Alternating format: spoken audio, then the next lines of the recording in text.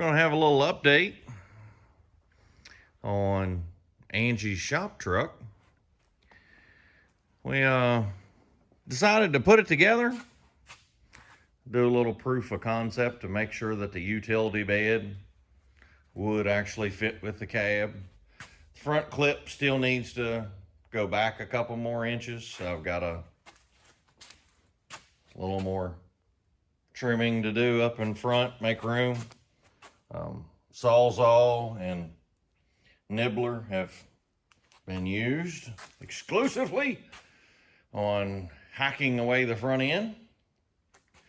But yeah, I think it's actually gonna fit. I'm sure she's gonna, when I put a motor and transmission in it, put everything in it, load it down with tools, she's gonna sink a lot lower. Depending on how many tools, and yeah, we do have a new piece of steel for the inside the bed. I'm okay with the cab looking rusty and crusty, but I don't want to lose tools through the bed.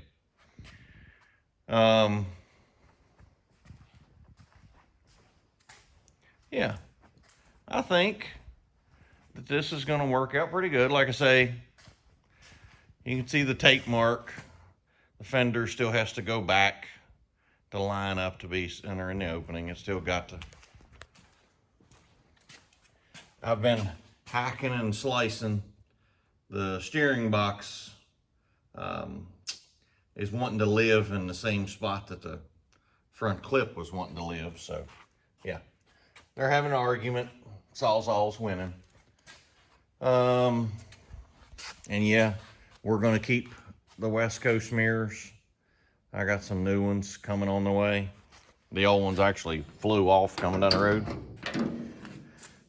But we got new floor pans here to replace everything that was rusty and crusty. And we found those, so we're gonna have to fix that too, just to keep everything from falling out the cab.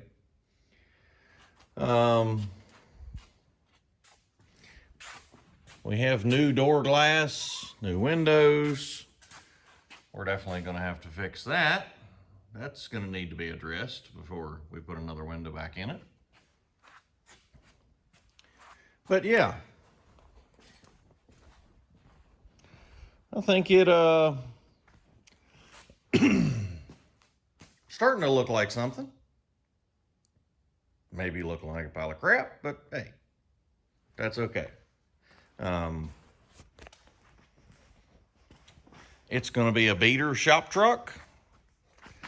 So we have something to drive around to people's houses, carry our tools. So yeah, the cab, nothing, the bed, nothing is mounted down. We're just kind of doing, like I say, proof of concept to make sure that it actually does fit and I actually go on there. Once I get the fenders in line, everything lines up and it all looks good, then we'll bolt it all down. We'll make some mounts.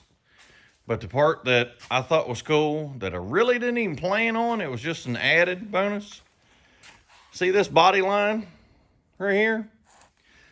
Lines up with that body line. I didn't even plan it that way. But if you look, they line up with each other. Now, I've got to go and I got to get the steps and have a front bumper for it. So we'll get those on. And I'm hoping that the original S10 tank that I can put some elbows and hose on and actually use this filler neck. So, is this the one that's unlocked? Let's see if this one's unlocked.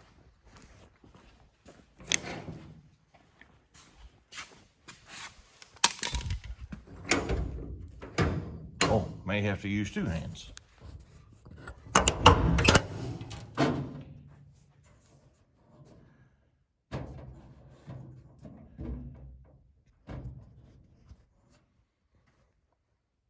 Hold on. Okay, I had to use 2 hands to open it up. And that one's still locked. I got to get the key. But, yeah. This was the first toolbox that I can remember that opened on the top. You know, most all the reading, yeah, and that is a reading toolbox. Most all the reading toolboxes have just the big doors on the side and don't open on the top.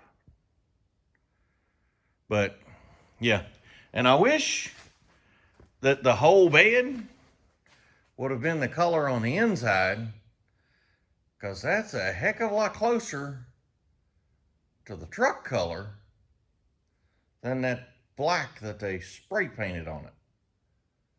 I know it's not the same shade, but man, it sure is closer. Okay. So, yeah. We're doing our proof of concept.